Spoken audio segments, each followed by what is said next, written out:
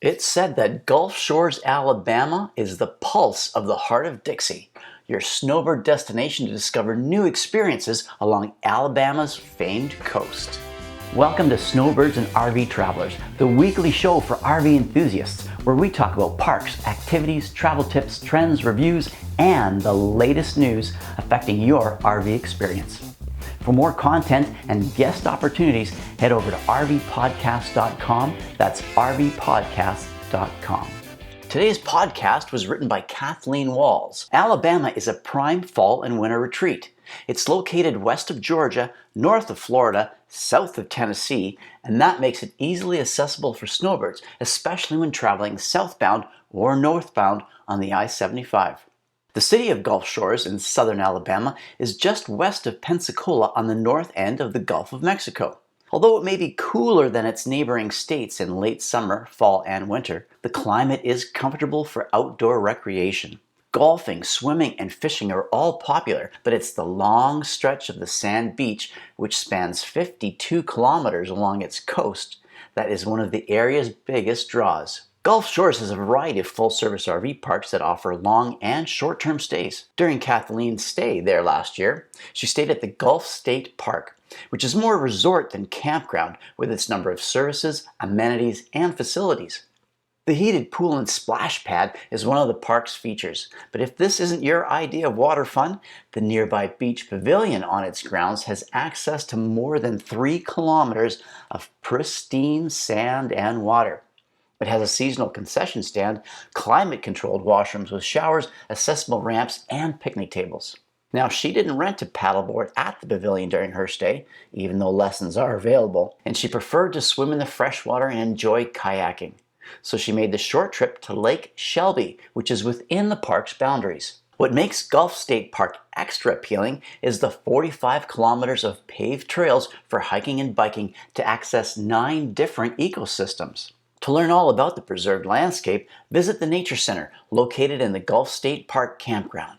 While the center's animal ambassadors include owls, turtles, alligators, and more, there are educational presentations about manatees and constellations. Non-denominational Sunday services, early bird fitness classes, and even designated snowbird groups allow visitors to meet up with other RVers, and they're hosted in the park as well. At 2,500 hectares, there's a choice of 496 full hookup sites, featuring paved pads, picnic tables, and pedestal grill tops. The sites can accommodate larger RVs with slide-outs, and you can access 11 air-conditioned bathhouses, plus tennis, pickleball, horseshoe, and volleyball courts. Although the grills were handy on some nights, Kathleen didn't have to leave the park to dine out. Several restaurants include the Woodside Restaurant, which is open from breakfast through to dinner and serves casual fare. There's also the Perch Bar and Terrace in the Park Lodge.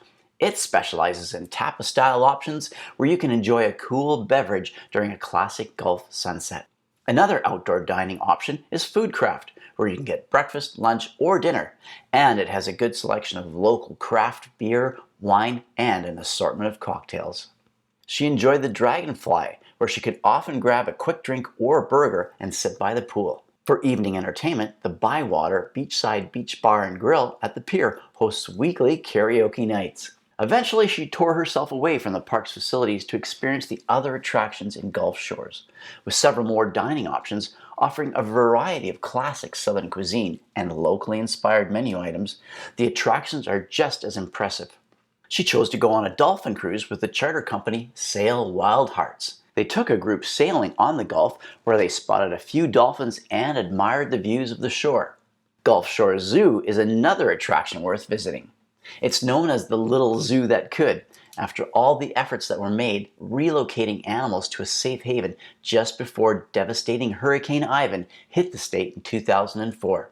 It has recently moved to higher ground and provides environmentally friendly habitats for all the species of animals.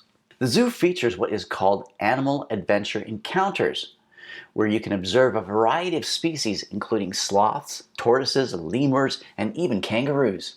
In all, the facility is home to 300 different animals, with 22 being on the endangered species list, including the Bengal tigers, Rajah, Rani, and Omar. Petting zoos and educational stage shows are also available. Visiting the past of Gulf Shores is just as interesting.